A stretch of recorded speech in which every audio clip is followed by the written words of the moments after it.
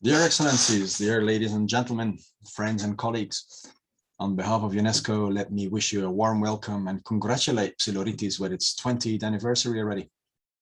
Psiloritis was, together with Lesbos, if I recall well, one of the very early territories of Greek UNESCO Global Geoparks, which joined the group of the 4 founding territories in 2001, already in the first year after the launch of the European Geoparks network. And this was soon followed by Chelmos Voraikis in 2009, and then Vikos Aos a year later, Sitia in 2015, Grevena Kozani this year actually. And we're happy to see that we have new applicants in the waiting room with Lavriotiki and Kefalonia Itaka waiting for, hopefully, for the evaluation mission to happen soon. At UNESCO, we consider Greece, with very good reason, one of our longest standing and most reliable partners in the establishment of the UNESCO Global Geoparks Network. And Psiloritis plays and always played a very important role in that.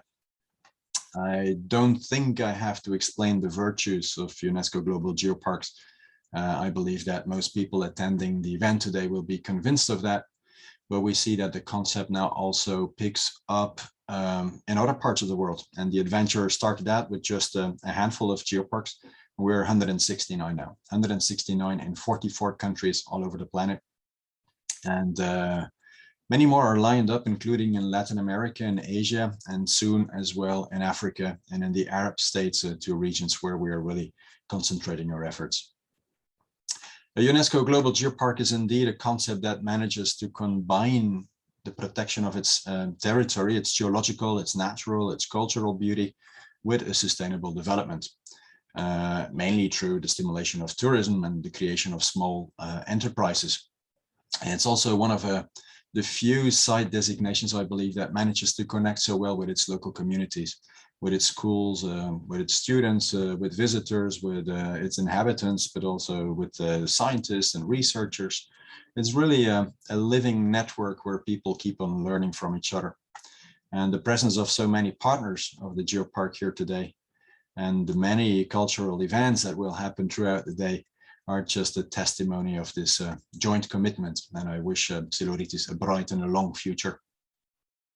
Now, that future may bring us quite some surprises, and I don't think it's a shock if I say that climate change is probably the first and the most important challenge that comes to mind.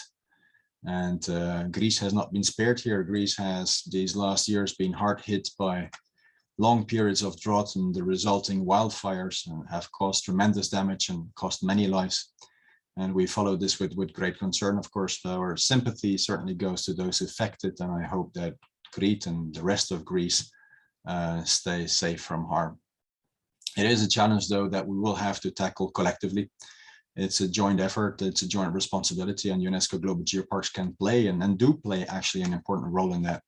Exactly because they are so well connected with local communities, they can actually guide people in changing their habits and explaining good practices and giving the good example, and is leading by example, by inspiring others, sometimes with very small but meaningful actions. And I see a very important future there for UNESCO Global Geoparks, and I'm happy that we can count on Psiloritis to support UNESCO in that endeavor.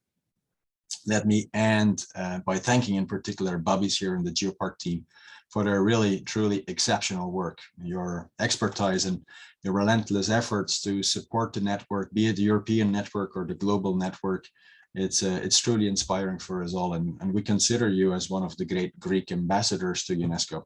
It's really an honor and a pleasure to work with you all. Let me wish you again a happy 20th anniversary and all the best for the future.